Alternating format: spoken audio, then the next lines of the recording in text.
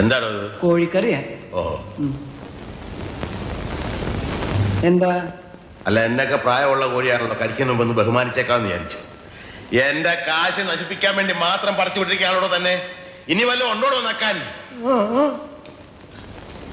തന്നെ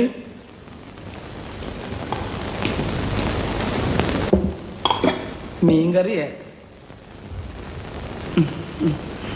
ഒരു വടി കിട്ടുമോ? പിന്നെ വടി ഇവിടെ ഉണ്ട്.